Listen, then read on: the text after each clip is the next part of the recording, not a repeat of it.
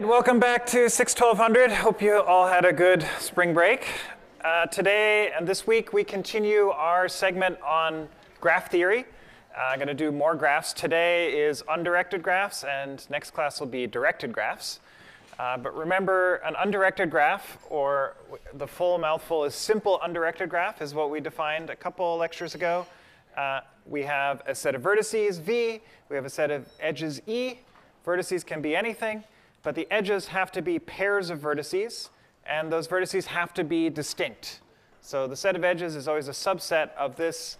This would be the maximum possible set of edges. You have the set, two-item set UV for all vertices U and V, where U does not equal V. Okay, so today I'm just going to omit these adjectives and just say graph. But whenever I say graph today, I really mean simple undirected graph.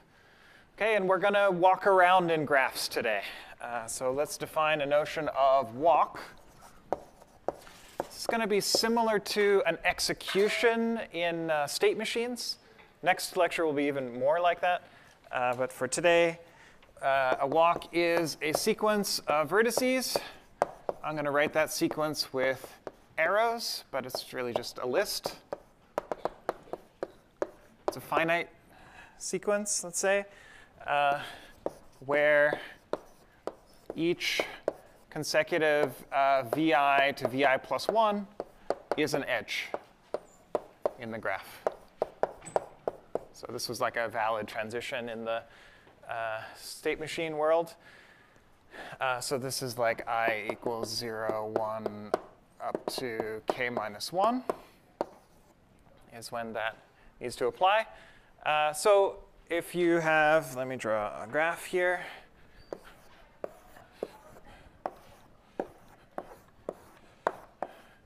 It's one of the first graphs I ever drew in my life. I still remember it for reasons we will talk about in a moment. Here's a graph with 5 vertices, a bunch of edges, and let me get a color. So for example, this is a path, which is, is a walk, which I would write A to B to D to E to B, back to D, up to C. That's writing it with commas. You can also write it with arrows, same thing. Okay, so that's an example of a walk. And for some terminology that would be helpful, we're going to call this a walk from V0 to VK. V0 is just the first vertex in the sequence. VK is the last sequence. But I'm defining what from and to means. And we'll define the length of this path to equal k. K is the number of edges in this sequence, not the number of vertices. Right? Number of edges is 1 fewer than the number of vertices. So in this example, we have 1, 2, 3, 4, 5, 6 edges. So this is a length 6 walk. Okay, and in particular, we allow length to equal 0. What does a length 0 walk look like? Well, it's a vertex, and that's it. You just stay there. So like C by itself is a 0 length walk. E by itself is a 0 length walk. OK, not so exciting yet. Let's define a related notion, which is path. And this is a special kind of walk with no repeated vertices or edges.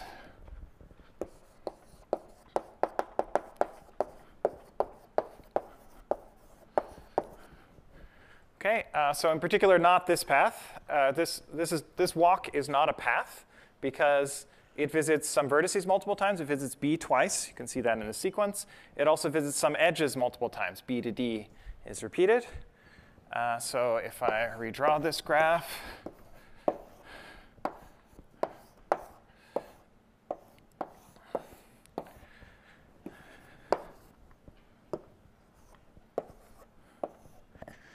an example of a path between the same 2 vertices would be this one. This is still starting at A and ending at C, but now it's shorter. and it doesn't repeat any vertices. Okay, in particular, with walks, if you don't repeat a vertex, you probably also don't repeat an edge. But I think it's helpful here to highlight we really don't want to repeat vertices or edges. This will get a little more subtle when we talk about closed walks in a little bit. So why might we care about walking in a graph? Lots of practical motivations. Every time you, I don't know, look up something in Google Maps, you're finding a path from A to B. Maybe you want the shortest path or the least energy path or so on. So we care about paths a lot when we're finding routes in transportation networks. We care about them when we're finding routes on the internet or any computer network. In both those cases, the vertices are places you can be, and the edges are the routes, like the streets you can take, for example. In a social network, if the vertices are people and the edges are friendships, then you might care about like degrees of separation between people, like famous experiment where they asked people to send physical letters to people they knew on a first-name basis. This is like in the 60s, Milgram. And they found that the distance between two people is only about 6. These days it's about 5. We're getting more connected despite more people. Anyway, those are some motivations. Also in things like the 8 puzzle that we talked about some time ago, you can think of each of these configurations as vertices in a graph, and the edges are transitions. And because every time I make a move, I can also unmake that move. This is an undirected graph, right? Everywhere I can go, I can immediately go back. And you might care about what does this graph look like. It's big. It's got like 100,000 vertices, so I can't draw it here. But you can kind of explore it by moving around. Can you get everywhere? That's a good question. And that's the next topic.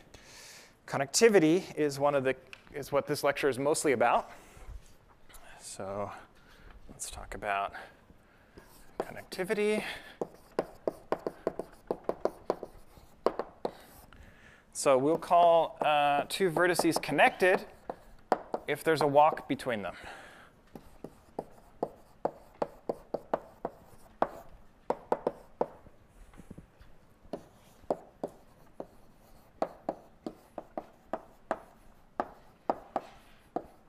Now, I'd like to say there's a walk between them, which is sort of not caring about which one you start at and which you end at. But the way we define walk is it starts at one place and it goes to the other. Of course, if v0 to vk is a walk, then also vk backwards to v0 is also a walk. Like if I flip this sequence, if I reverse it, it's still a walk because edges are sets. They don't care about which order you follow them in. So if you can go from vi to vi plus 1, you can go from vi plus 1 to vi in an undirected graph. So this is equivalent to there existing a walk from v to u. Like it doesn't matter which one you put on the left and which you put on the right. These are the same thing. Technically, this is a theorem. You have to prove it. And the proof is just reverse the walk.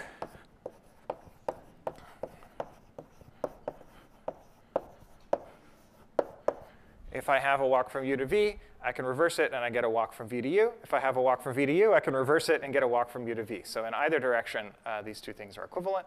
And so we just say there's a walk between u and v, or we say u and v are connected, or v and u are connected, all the same thing. Okay. There's some other equivalent properties to this, so I want to write some more. The other big one is there exists a path from v to u.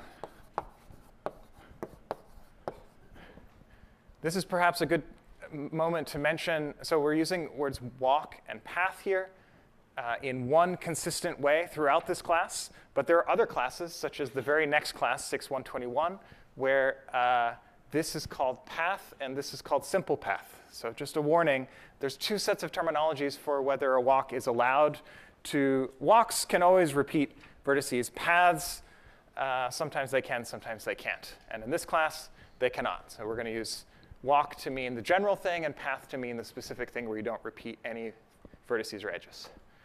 OK, so I claim there's a walk from u to v if and only if there's a path from u to v. Let's prove this.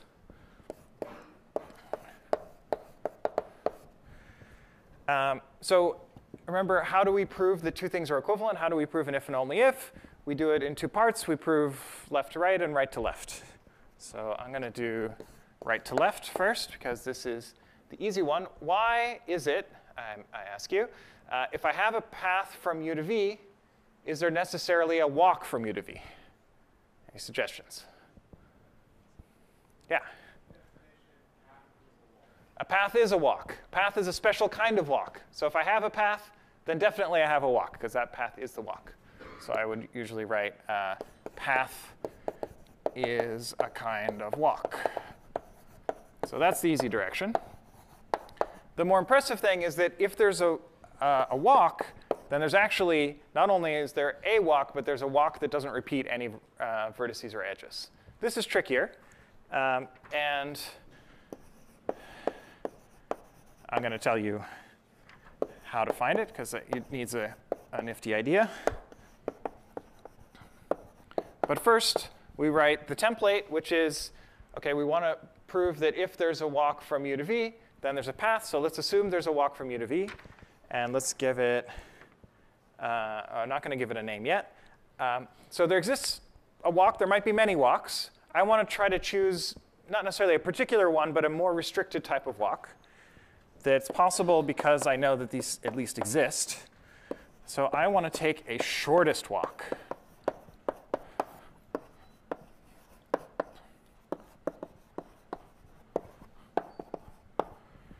Shortest in terms of length, so minimum possible length. Among all walks, I want one of them that minimizes the length of the walk. Okay, we know there exists some walk, so there is some solution here because you can't go below a walk of length 0. There's some shortest. Okay, and this one I'm going to give a name. Let's say it starts at U, which is also called V0. Then it goes to V1, then it goes to V2, and so on, until it reaches Vk, which equals V. So it's a walk from U to V using some number of edges in between. Okay, but now I know it's shortest. All right. So I claim that this is a path from U to V. I claim that there are no repeated vertices or edges in the sequence. In particular, I claim that there are no repeated vertices. So let's prove the claim.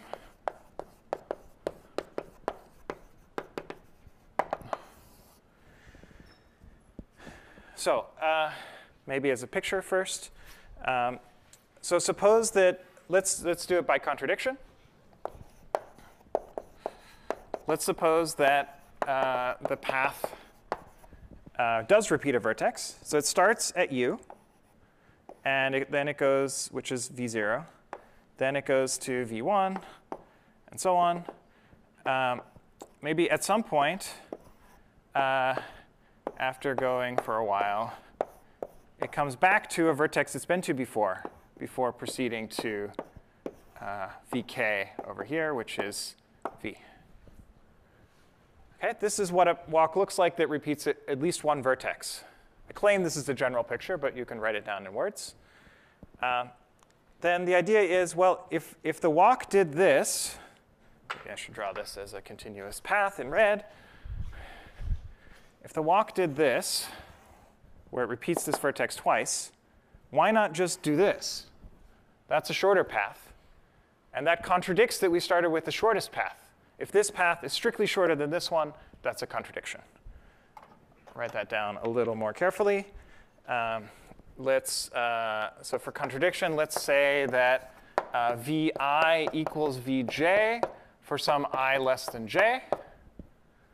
So this would be both Vi and Vj are the same vertex in this sequence. The vertex gets repeated. That's the general situation. I can assume I is less than j just by relabeling I and j, swapping I and j if I need to. And now the idea is that V0 up to Vi, which equals Vj, and then going directly to Vj plus 1, Vj plus 2, and so on up to Vk is a shorter walk between the same two vertices still from u to v. And so that is a contradiction.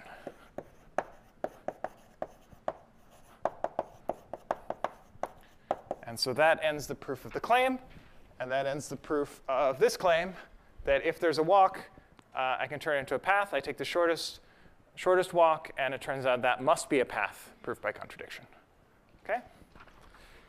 So a bunch of work there. But now, for connectivity's sake, we can use walk when it's convenient. We can use path when it's convenient. Okay? For connectivity, these two notions are interchangeable. We can use whatever is nicest. All right, let me mention a couple other fun properties of connectivity. Maybe over here. So this one, walk from u to v versus v to u, is a property we call symmetry. And there are two other properties that are nice to know. One is called reflexivity, or this is the reflexive property. Every vertex is connected to itself. Why? Because we allowed zero-length walks and paths. Starting at v and doing nothing, that is a valid walk, so that's a walk from v to v.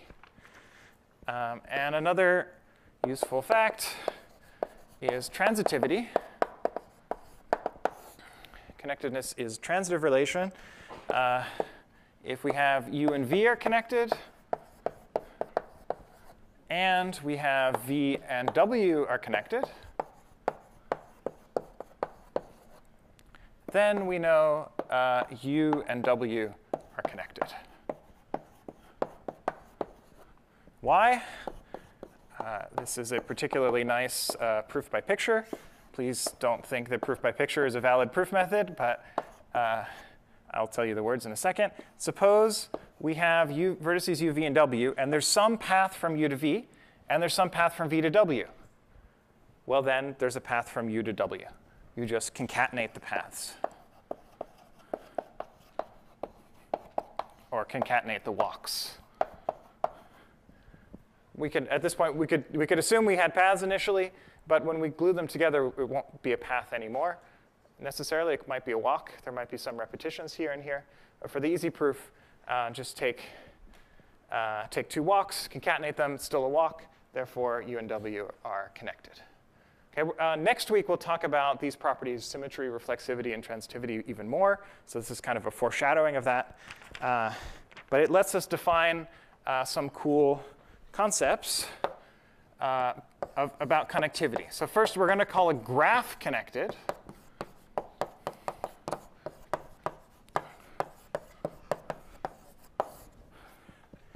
if u and v are connected for all vertices u and v. So we sometimes call this pairwise connected. Pairwise is a useful notion when you have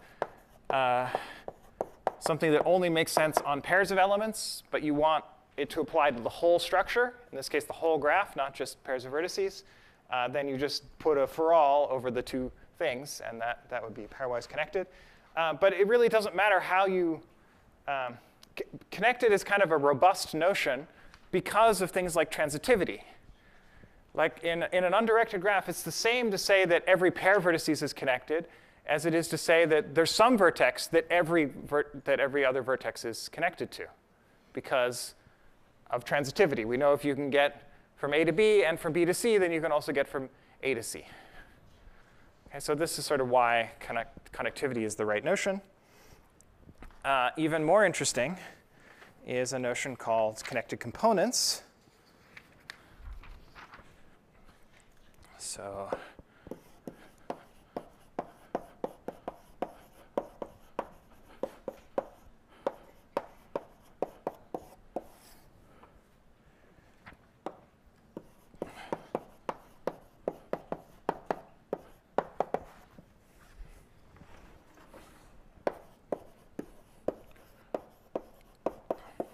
So maybe let me draw an example before I define this carefully. So this graph, for example, is connected. From every vertex, you can get to any other. All right, let's draw a disconnected graph. Which I had over here. here somewhere. Let's say we've got this guy here, and maybe just a vertex and some edge. A, B, C, D, E, F, G. So this is one graph. It has 6 vertices, 4 edges. Okay, and it's obviously not connected. There's no walk, for example, from here to here, or from here to there, B to F, C to E, whatever. But it's still possible to get from A to C, A to B, A to D. So A can get to everyone in this chunk, and that chunk we call a connected component. So in this graph, there are 3 connected components. These are the mutually reachable regions of the graph. Okay? So to define that precisely, I'm going to introduce a new term, which is induced subgraph.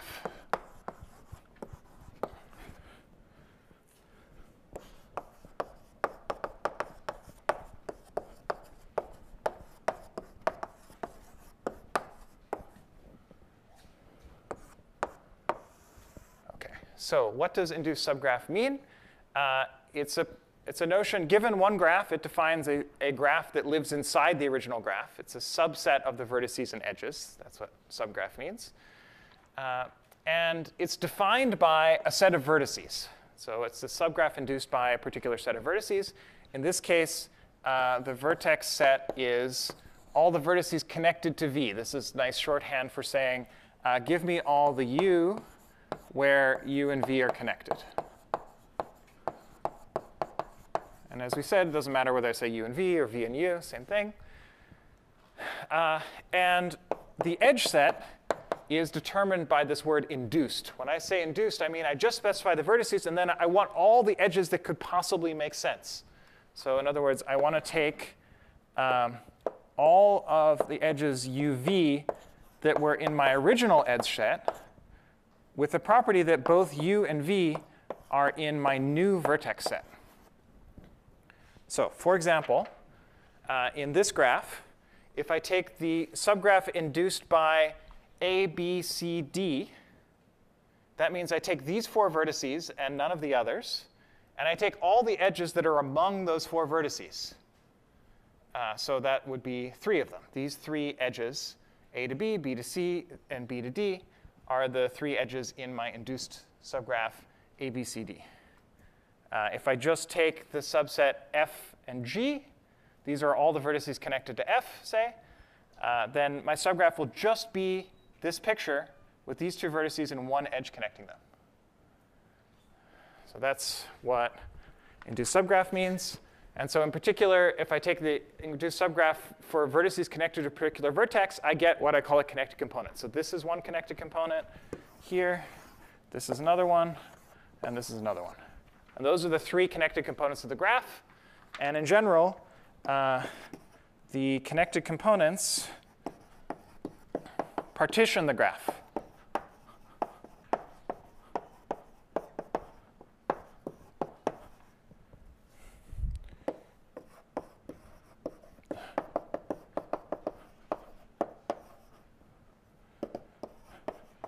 Partition means, in this case, that every vertex or edge is in exactly one connecting component. So everybody is represented exactly once.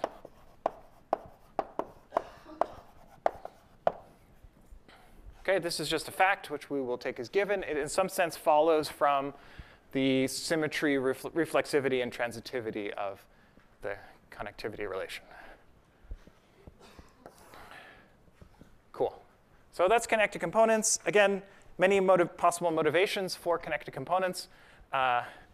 You would hope that the road network of North America, the continental, let's say continental United States, is connected. Probably isn't because of some weird things, disconnected things going on with Canada. Or you might wonder, is the state space of this 8 puzzle connected? Can you get from any configuration to any other? Or we already know the answer is no. We proved you can't get from an even permutation to an odd permutation. This example happens to be even. You can see the number of inversions written down here. It's always even. If I take any other permutation that's even, it turns out it's possible to get there. We didn't prove that.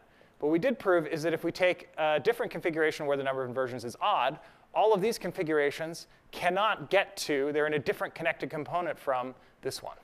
And so it turns out the 8 puzzle has exactly 2 connected components, one for the even permutations, one for the odds. The Rubik's Cube, for example, depending on how you define it, has 12 connected components. In general, you might care about how many different types of states there are for a given puzzle. All right. So that's a brief tour of connectivity. The next concept is, maybe I'll start with, right now we're just walking aimlessly from one vertex to another. Let's think about closing a loop.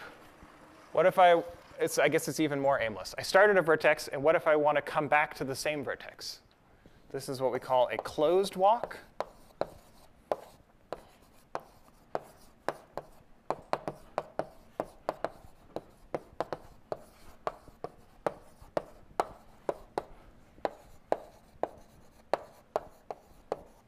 So if a walk happens to start and end at the same vertex, if v0 equals vk, then we call it closed. And so in particular, we could try to apply the closed notion to a path. That would be kind of nice. And we're going to give that a name, which is cycle. Cycle is roughly, this is not going to be quite correct. Start with closed path. Can someone tell me what would be wrong with this definition? If I say, OK, I want to close. So closed is an adjective that means you start and end at the same vertex. If I apply it to path, that means a walk, let's say from some vertex v to the same vertex v with no repeated vertices or edges. Any problems with that? Yeah.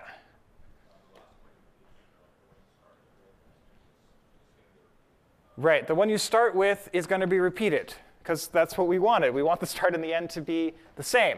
So there is no closed path. Actually, there's kind of one closed path, which is the path that just starts at a vertex v and doesn't go anywhere. That I also want to exclude. This is not what I want to call a cycle. So there are 2 things. I want a closed path of length more than 0. You're not allowed to just stay where you are.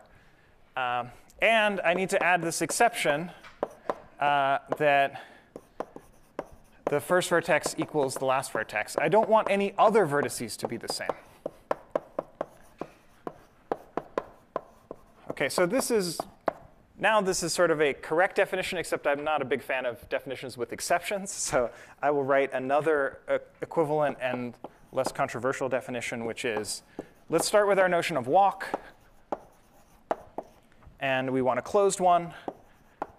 And so that implies that the first vertex equals the last vertex. And we want no other repeated vertices or edges.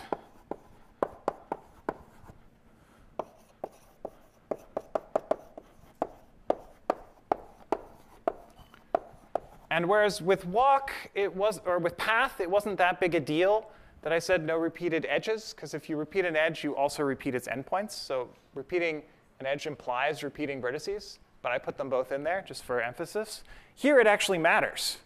To say a path with a closed walk with no other repeated vertices or edges, there's another thing that I want to exclude, which is, suppose I have an edge, and I get my red color.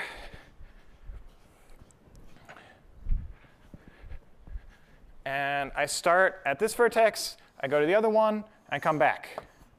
Okay, you might say, oh, that looks like a length 2 cycle. But it's not. I don't want to call this a length 2 cycle, and it's not allowed by this definition because it repeats an edge. Right? It doesn't repeat any vertices other than the ones it's supposed to. The sequence here is U, V, U. It's like an emoji. There's no repeated vertices except the first one equaling the last one. But there is a repeated edge. And so I don't allow this. This is not a cycle. So in fact, in an undirected graph, a cycle has to have length at least 3. The definition says it has to be at least 1, but oh, I probably need of length greater than 0 here again. OK. Cool. So cycle is sort of the analog of path, and closed walk is the analog of walk. Obviously, it's the closed version where you come back to where you started. Cycle is the best analog we have to a closed path. And these are nice in a certain sense, which I want to talk about. So let's talk about a notion which is an Euler walk. And then we'll get to the notion of closed walk. All right.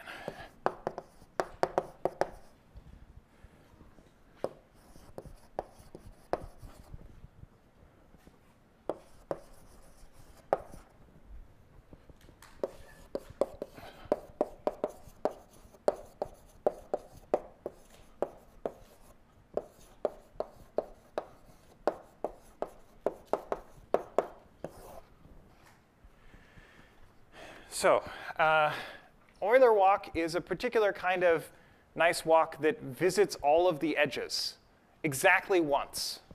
That's the definition. Let's think about graphs where you can take a walk, starting somewhere, ending somewhere, and visit every edge exactly once. For example, this graph has such a walk, the first graph that I drew. This is why I was fascinated with it, reading some Scientific American article by Martin Gardner. You can draw this graph without picking up your pen. You pen down, you draw, and then you pen up. And that got all of the edges. OK, I didn't draw the vertices, but hopefully you can imagine that. Maybe you should draw the vertices first, and then you can draw all the edges in one swoop. So this is kind of a nice notion. If you like drawing things with pen or pencil, or stylus, whatever. It's actually a very old notion. It goes back to Euler, unsurprisingly, this guy Leonhard Euler, who you know from like the number E. That's E for Euler. In 1736, he drew this rather beautiful diagram of some islands and bridges in Königsberg, which then was in Germany, now is in Russia. And it has this place, the city is famous for very beautiful bridges, as many cities are. But this one has a lot of them and some non-trivial, interesting topology. And so he wondered, the question was posed, can you visit all of the bridges without any repeats? Seems natural, right? And if you think about it, right, the vertices are like islands, the edges are bridges, and you want to visit all the edges exactly once. Okay, so natural problem also if you're sightseeing. And just for fun, because I dug up this 1736 paper, here's some more beautiful figures from that paper, thinking about all of the different cases. So he characterized, and this is like the first paper, one of the very first papers in graph theory, this started the whole world of graph theory that we're talking about, is characterizing when this is possible and when it isn't. It turns out in this original example, it's not possible. Today, some of these bridges have collapsed or been destroyed, so maybe it's possible again. I don't know about current day Königsberg, but that's what we're going to talk about now is when do Euler walks exist? Why was it possible for that house graph, but not possible for this graph? This is the complete graph on 4 vertices. And you can't draw this in a single path. Why is my red chalk always the farthest possible point? So let's try. This will not be a proof that you can't do it, but we will shortly prove that you can't do it in one stroke. So I can go here, here, here, here, here. It's pretty good, but I missed this edge. This edge is uncovered. And it turns out it's not possible for that graph. It was possible for this graph. Even better would be I guess in the tourism case, let's go back to Königsberg for a second. Suppose your hotel is in island A. You start there, you kind of like to end at the same hotel without having to repeat a bridge again. So that would be an Euler closed walk.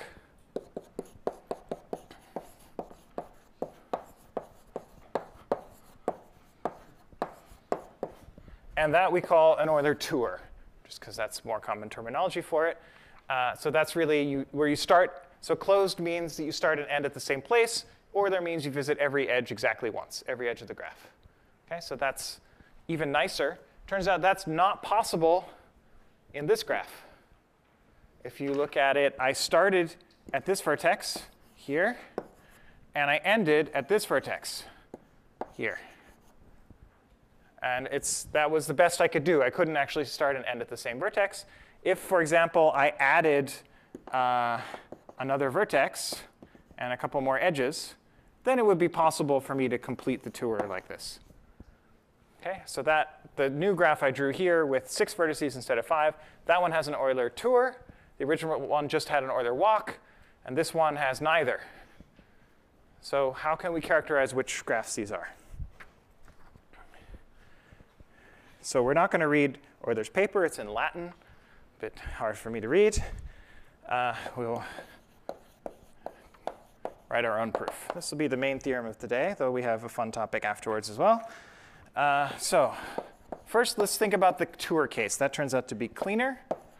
So graph has an Euler tour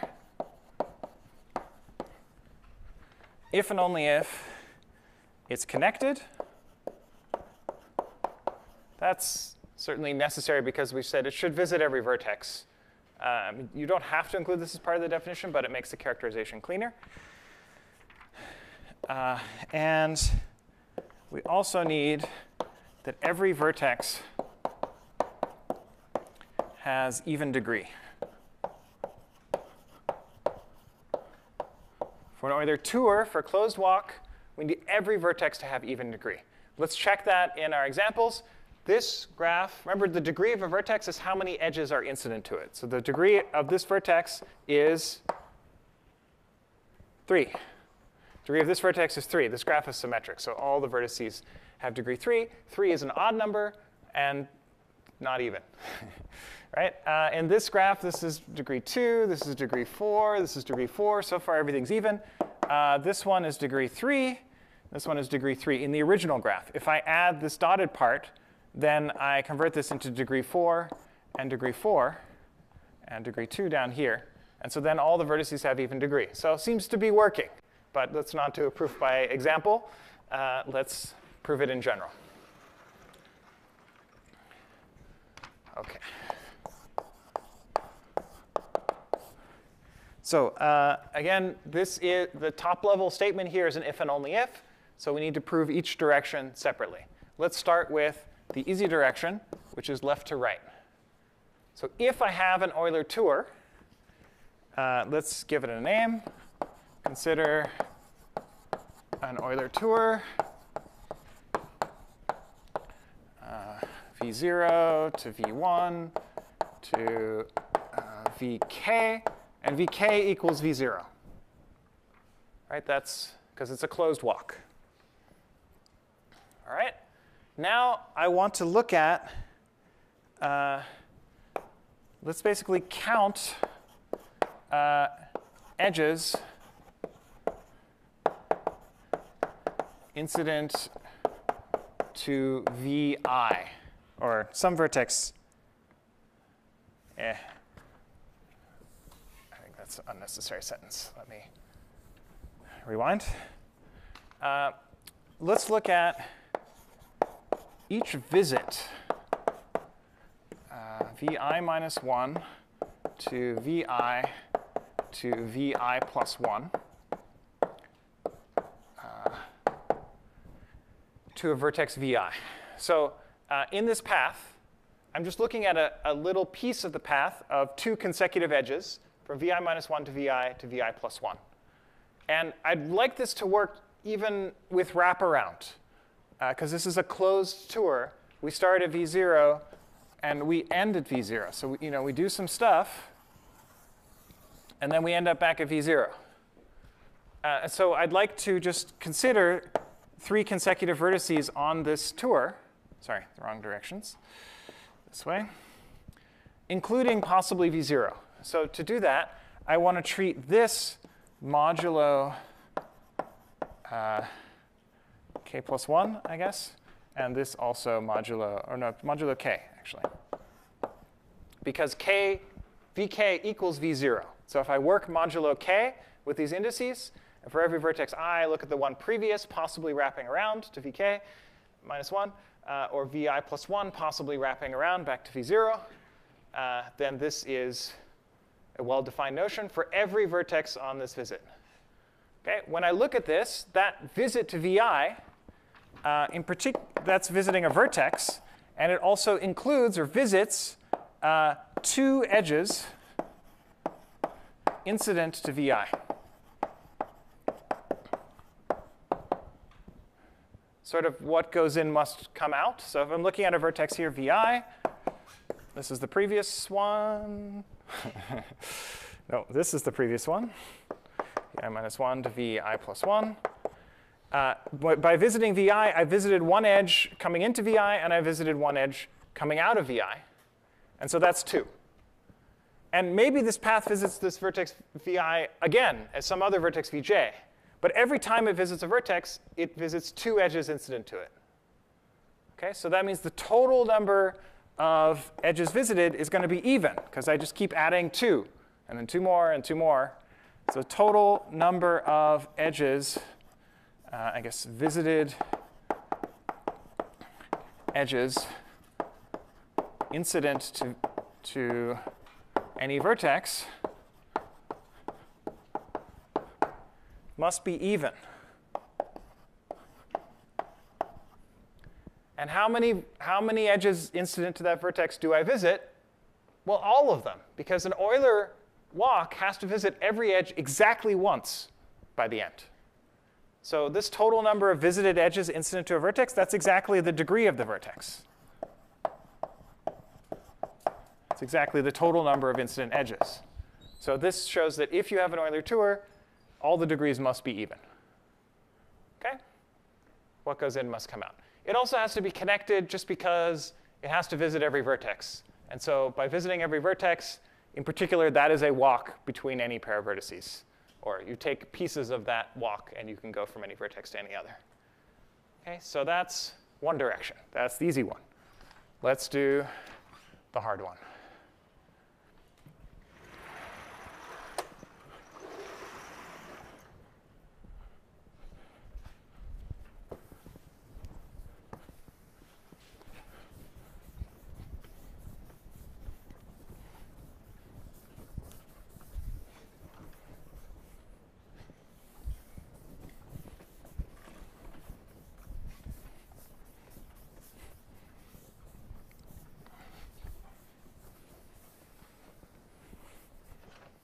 And although I won't be explicit about it, this proof also, in some sense, gives you a strategy for finding these tours.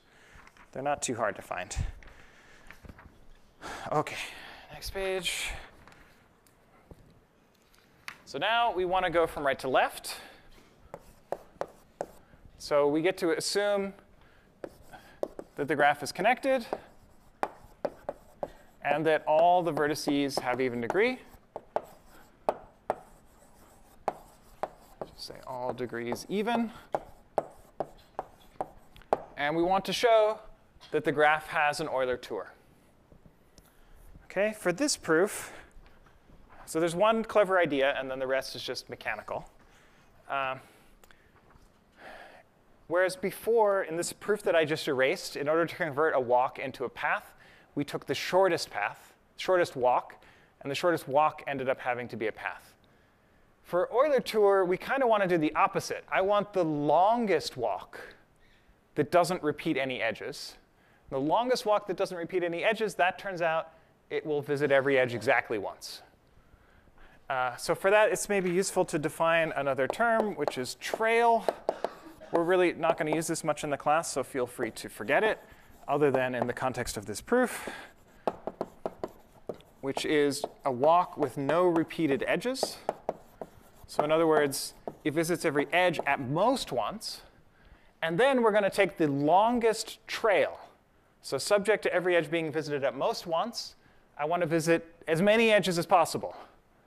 And that turns out it will be an Euler walk.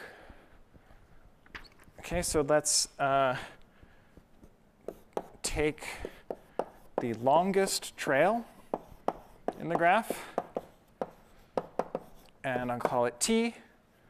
And it's going to say start at vertex v0, go to v1, and go to vk. OK, I need to prove two things about this trail. Right? In order to be an Euler tour, it has to be Euler, it has to visit every edge exactly once, and it has to be closed.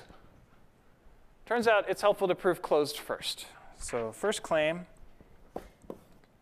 is that this trail T is closed. All right. So we start at v0, we end at vk. Closed means that v0 equals vk. So if we do, let's do a proof by contradiction.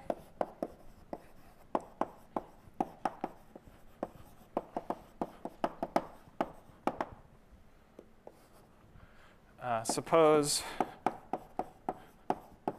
v0 does not equal vk. Okay, and I want to get a contradiction, which basically means that somehow I want to show the trail was not actually longest in that case. So again, we have some, we start at v0, we do some wiggly path, and we end at vk. And supposing these are different, I'd like to claim that I can make this walk longer. In particular, I claim that there's an edge out of vk that I haven't visited yet, which means I could extend the path by 1. OK, that's my claim. And I'm going to do that by counting the edges at vk. How many have I used? Very similar to this proof, actually. So vk, so this is another sequence from v0 to vk, except now we have not equals at the end. So let's think about all the visits to vk by this. I should really be pointing at this. So here's vk. We know there's a visit at the end. Possibly it's visited in between. Maybe some of the vi's equal vk. We know v0 doesn't equal vk, but some of the others might be. Every time I visit one of those, it looks exactly like this. In other words, I visit 2 edges incident to vk. So let's say for every vi that's equal to vk, we visit 2 edges incident to vk. So that's an even number in total. This is for I not equal to k. But then there's this last visit at the end. And there this one is special because we stopped. There's no edge after vk, because this doesn't loop around. So there's an edge before coming into vk, but none after. So that means, I guess, for I equal k, for that visit to vk, we visit 1 edge incident to vk. So in this trail, how many edges incident to vk did we visit? An odd number, because we had an even number for all the earlier visits, and then we had 1 more at the end. So even plus 1 is odd. So that means t visits an odd number of edges incident to vk. But we assume that the degrees are even. And that means there's at least 1 more edge. Right, we assumed here all degrees are even. So in particular, vk's degree is even. And so that means there exists an edge incident to vk not visited by t. But then we can extend t it can go from v0 up to vk, and then plus whatever, one more edge. So if I call this edge here vk comma vk plus 1, because I haven't defined a vk plus 1 yet, then this will become a strictly longer trail. Because that edge wasn't visited before, but now it is. This is a longer trail contradiction.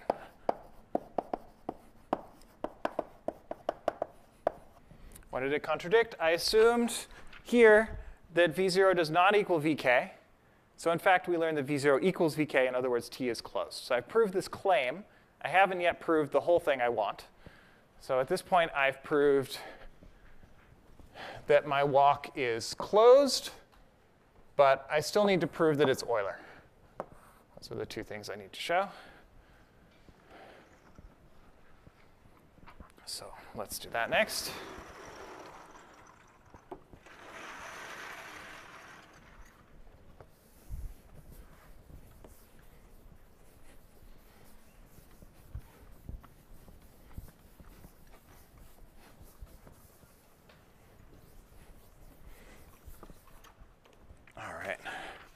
So second claim, this will be the last one for this proof.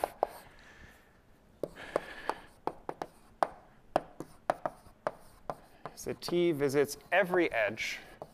I'm going to give it a name, uv, in the edge set of the graph. So this is what I want because by definition, because I started with a trail, it has no repeated edges, so it visits every edge at most once. And this is saying that it visits every edge at least once. And therefore, it in fact visits every edge exactly once, and that's the definition of Euler. OK? So that's what I need to prove. Again, proof by contradiction. Not sure why, but today has lots of contradictions in it. Seems to be the easiest way. Suppose not. This is the very concise way to say, suppose that it doesn't visit some edge u, v, and e. I'll write it out. Doesn't visit some edge u, v, and e. OK, again, I want to get a contradiction to t being the longest trail. So I'm going to somehow try to make t longer. So it doesn't visit uv, but it visits some stuff, v0 to vk. So let's try to connect them together. Right, so we've got, here's the edge uv that's not covered. And then over here, we have v0, some crazy path, can revisit vertices and whatever. It's a walk, sorry. I keep saying path when I mean walk, to vk. Oh, actually, at this point, we know that vk equals v0. So it ends where it started. But somehow it doesn't use this edge. It might use these vertices, it might not. But what I'd like to do is connect v to v0, which is also vk. Why can I do that? How do I know? I claim there's a walk.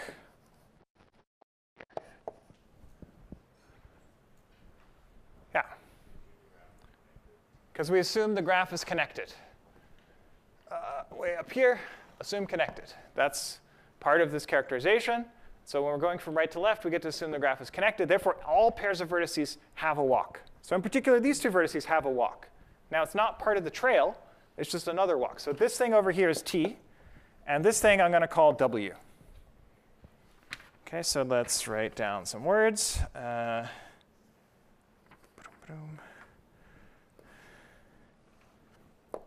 G is connected. So there exists a walk, w, or sorry, in the notes I called it x. I guess x for connection. From v to vk.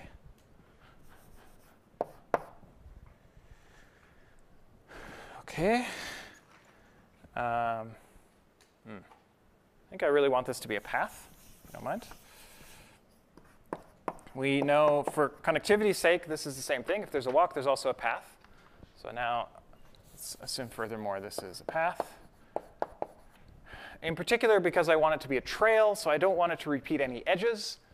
And a path won't repeat vertices or edges, so that's a little better. It's even better. All right, and I'm going to give this path some words. So it starts at v, which we're going to call x0, and then it goes to x1, and so on to xl, I guess, which is vk. Okay, it ends at vk, which is also v0. Okay, now I claim I can make the path longer. Sorry, I can make the original trail t longer as follows. I'm going to start at u. I'm going to go to v. I'm going to follow x. And now I'm at the loop. And then I want to loop around. That doesn't quite work, because plausibly, some of the vertices along x here, maybe there's some vertex here which is actually on this path. Sorry, on the trail t. I want to give this vertex a name. So the whole path is called x. This vertex I want to call x sub I. So let's let x sub I, which is also some v sub j, be the first vertex of x that's on t. Okay, we start at some vertex. It may be the very first vertex v is actually on t. So then x sub I is actually x sub 0. But we know eventually we get onto t, because the last vertex on this path x, this was the path x, we know the last vertex is vk, and that's on t. Okay? So somewhere along the way, could be the first vertex, could be the last one, could be anywhere in between, we intersect t. And that's going to be my path. So I'm going to start at u, go to v, follow x until I reach t. And now t is a loop, is a closed walk. And I'm going to follow that walk as it was before. I wish I didn't draw this quite so long. Exactly what I had before. Visits exactly the same edges I had before, or walk, so we can stop here.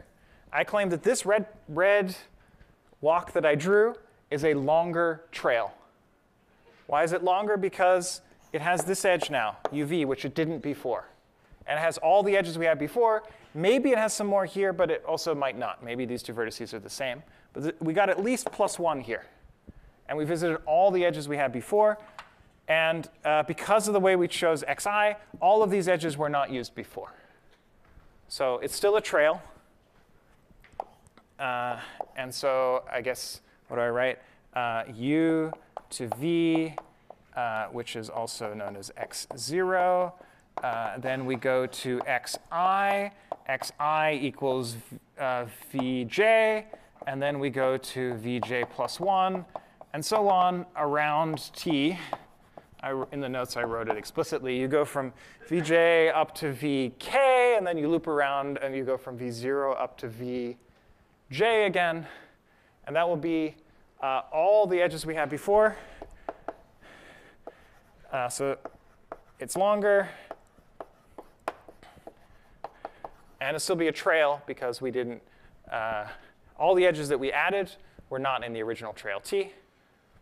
And because we assumed a path here, there weren't any duplicate edges within x. And so I think we're good. And that proves a contradiction, because we assumed that t was a longest trail.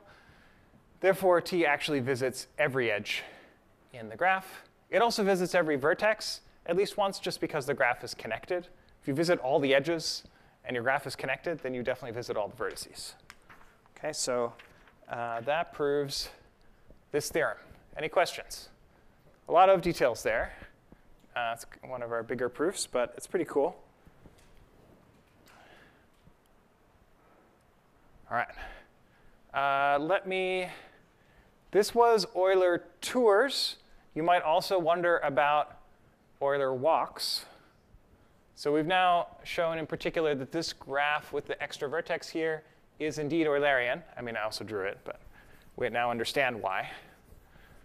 When I removed this vertex, not all the vertex degrees were even.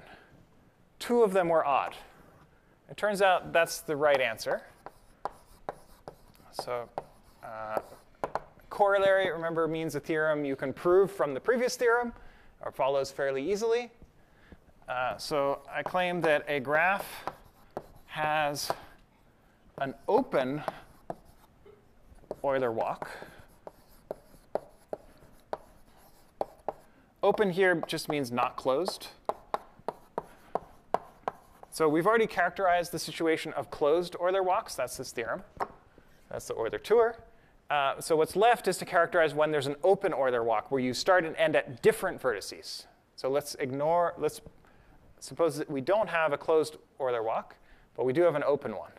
I claim this is possible if and only if the graph is connected, as before, and exactly 2 vertices have odd degree.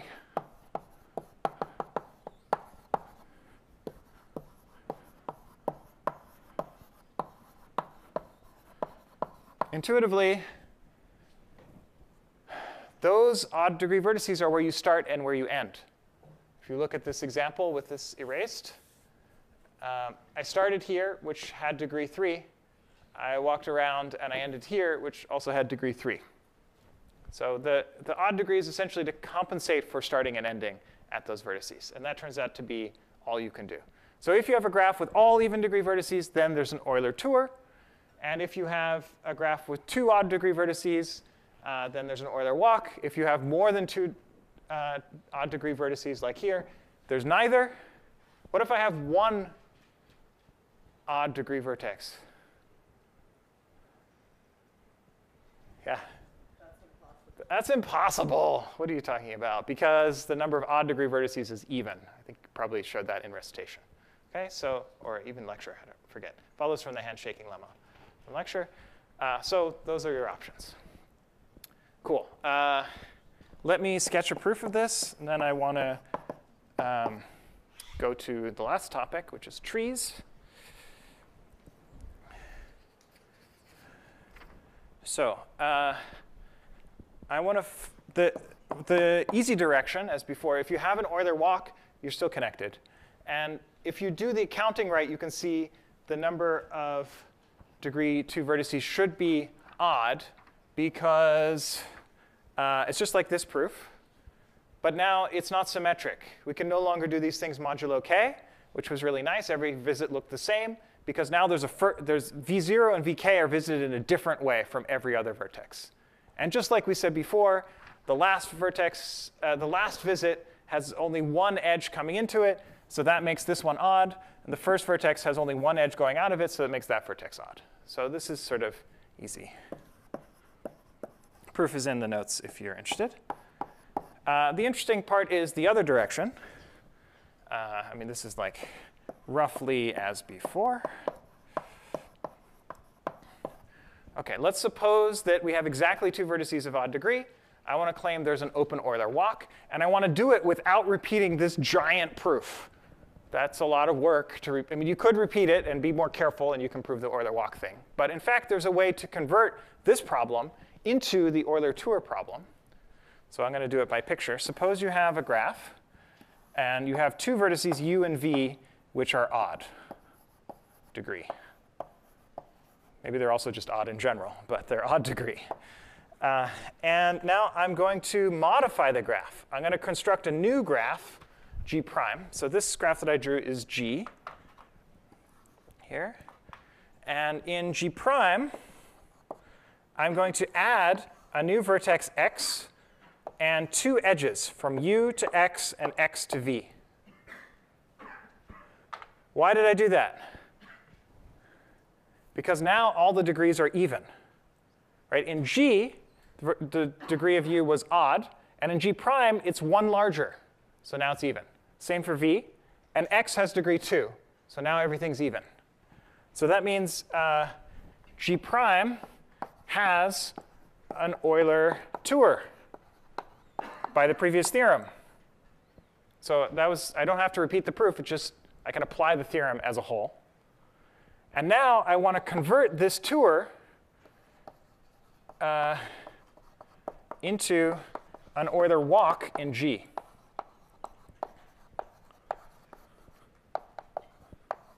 How do I do that? I just erase these two edges. Okay? The Euler tour visits every edge in G prime exactly once. And it's a loop. So in particular, at some point, it crosses over, let's say, from U to X. And then it can't go back along the same edge because you can't repeat edges. So then it has to go, let's say it goes from U to X to V, or it might go from V to X to U at some point in the closed walk, right, in the tour. And when it does that, I want to, instead of going from somewhere to U to X to V, I'm going to start at V, and then I'm going to keep going along the tour until I get back to U. And that will include everything in the tour except for these two edges. And so that actually will be an Euler walk in G. So I maybe went a little fast there, but hopefully that's fairly intuitive. This is a very powerful idea called reduction, where you take your problem that you want to solve and you convert it into a problem that you already know how to solve. So we just solved Euler tours, and now we wanted to solve open Euler walks, and we could do it by augmenting the graph a little bit, applying the theorem, and then we need to make sure that the result from that theorem is actually good enough for what we need, that we can convert our Euler tour into an Euler walk. But because tours are cyclic in nature, you can sort of rotate it to start at V, keep going, and visit everything and end at U. Cool? So that also proves that you start and end at the two odd degree vertices in G, which is nice. Questions? All right. Let's go back to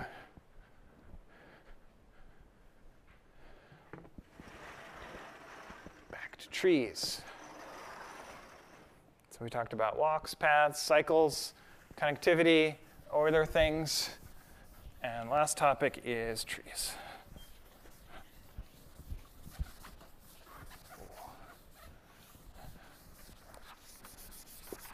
That's a very sad board.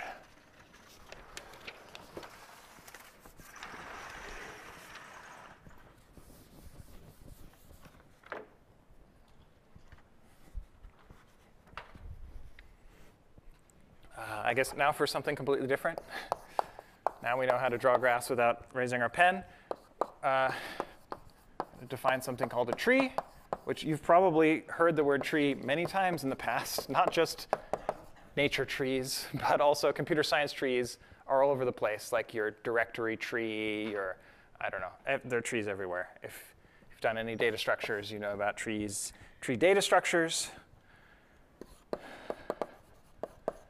So what is the mathematical notion of a tree?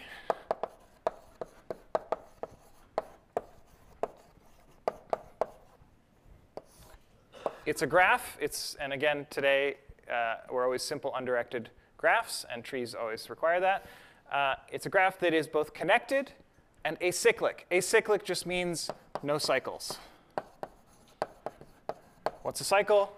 It's been a while. Remember, a cycle is a closed path of positive length.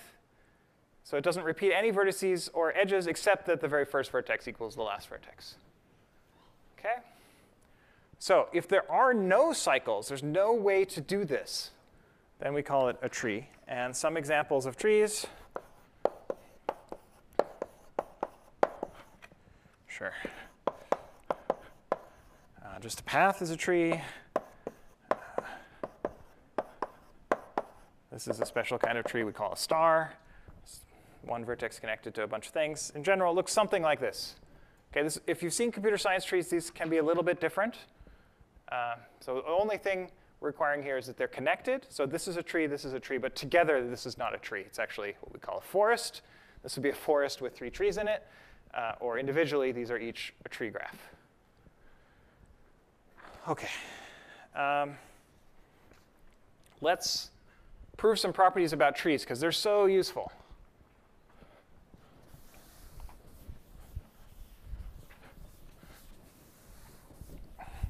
Just nice to work with. In particular, there's a very useful notion about trees called leaves. You can guess where this came from real trees. But the idea is it's very simple. Just a leaf is a vertex of degree 1. You can apply this to any graph. Sometimes you have vertices degree 1, sometimes you don't. But trees have leaves. Shocking news. So this is, I'll call it the leaf lemma. It's not quite true that all trees have leaves. They have to start growing for a little while first.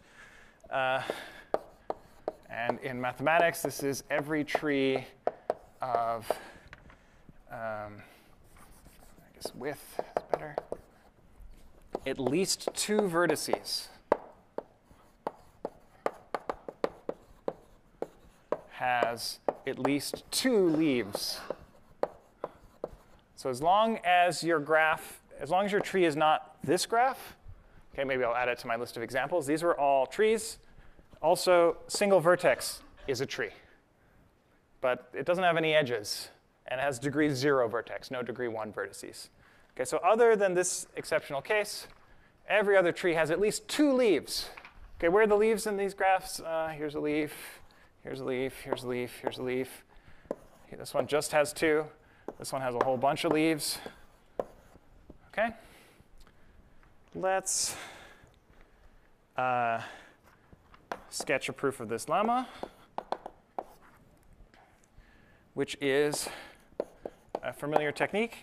Take a longest something. In this case, the something is path. Okay, remember, a path is a walk that doesn't repeat any vertices or edges. So I want to take a longest path in one of these graphs. For example, if I take this turns out to be a longest path in this graph. It's length 4. I believe you cannot find a path of length 5 here. You can find walks that are arbitrarily long, but paths you can only find length 4 in this particular graph.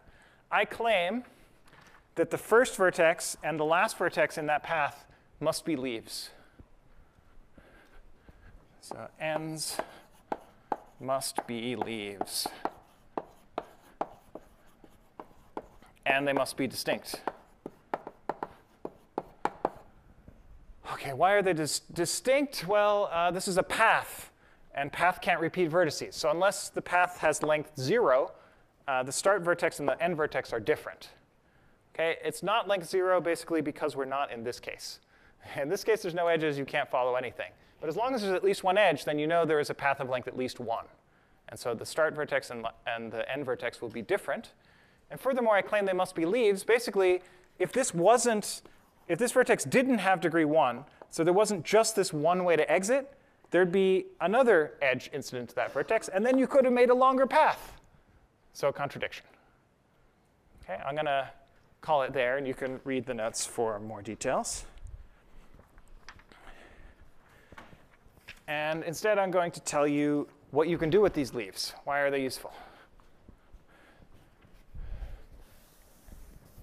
Every tree except the one vertex tree has a leaf. And if you've ever taken care of a plant, you know sometimes it's useful to prune the plant. It grows better. In our case, pruning is a very useful operation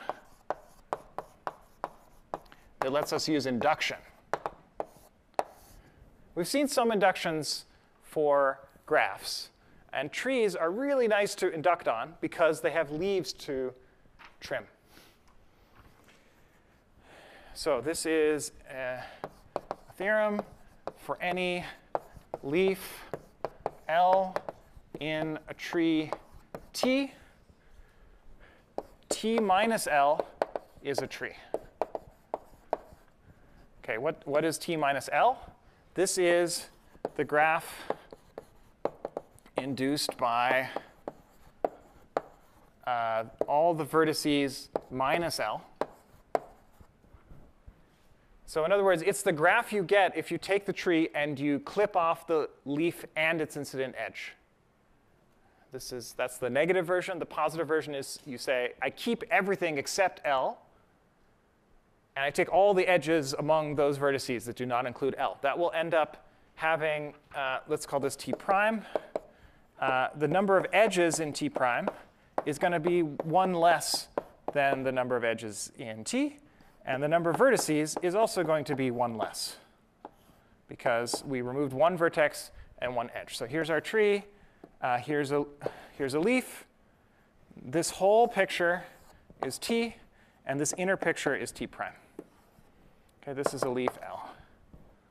So T prime, or T minus L, is this smaller thing. Okay, useful thing. In general, if you remove a vertex from a graph, you also remove all of its incident edges. Okay, so this is a thing which is pretty easy to prove. Because what we're saying is, suppose that T is connected in acyclic. The claim is that T prime is also connected in acyclic. And you can just show that that's true. It's not very hard. Again, see the notes. And what this enables to do, together, the leaf lemma and this tree pruning lemma let you do induction over trees in a really nice way. So let's see an example of that with something called the size of the tree. Any tree with n vertices has n minus 1 edges. Always. If you look at these examples, the 1 vertex tree has 0 edges. The 4 vertex path has 3 edges. The 6 vertex star has 5 edges. This thing has 1 fewer edge than vertices. That won't count. So there are 3 kinds of mathematicians in the world, those who can count and those who can't. All right, so I'm the latter kind. So finally, we get to an induction. We haven't done induction all day? It's terrible. Finally, we can do induction. So we're going to remember, whenever you do an induction over graphs, you're really just doing regular induction or strong induction over numbers. And so in this case, we're going to induct over the number of vertices in the graph. So our induction hypothesis is this, that for a number n, P of n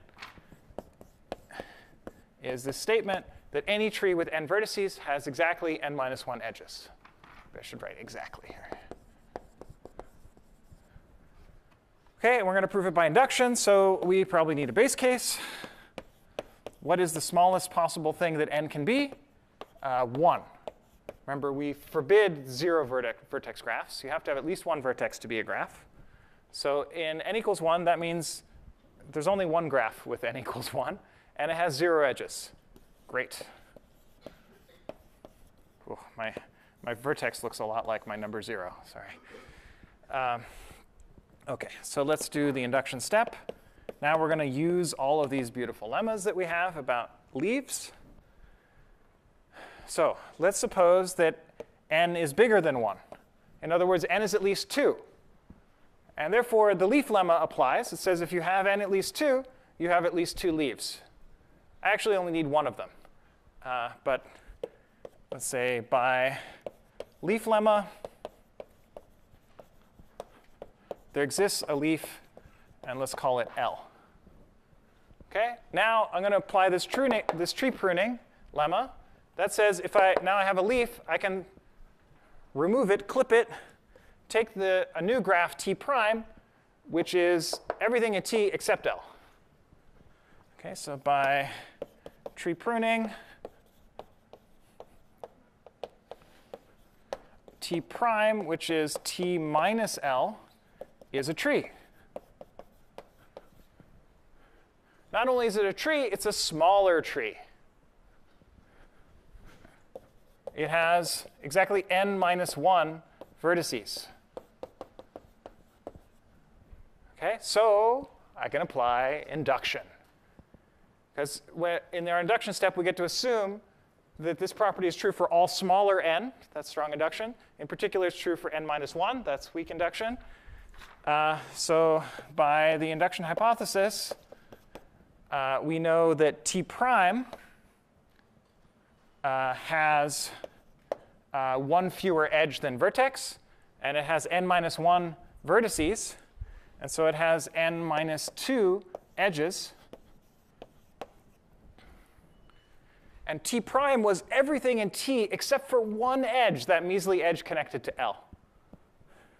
So T has one more edge than T prime.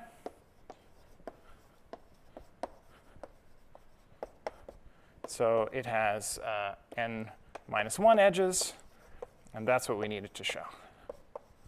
Okay, this is very nice for inducting over trees. The idea is if you have a tree, you're going to do induction, you should take a leaf and prune it. Usually, that's what you want to do. Sometimes it's useful to know there's two of them. You could take any vertex and remove it, but if I took a vertex in the middle of my tree, it might disconnect into multiple trees, and then I have to do a lot more work. By choosing a leaf, when I remove it, I guarantee I'm still a tree, and so I can still apply induction. It's very helpful. That's lots of fun things about trees. It turns out the reverse is true. If you have any connected graph with one fewer edge than vertex, it must be a tree. Trees also have unique paths between any two vertices, and any graph that has unique paths between any two vertices is a tree. Other fun things like they're the minimal connected graphs or maximal acyclic graphs. Lots of fun properties which you can find in the notes or the textbook. That's it for trees. Next time we'll do directed graphs.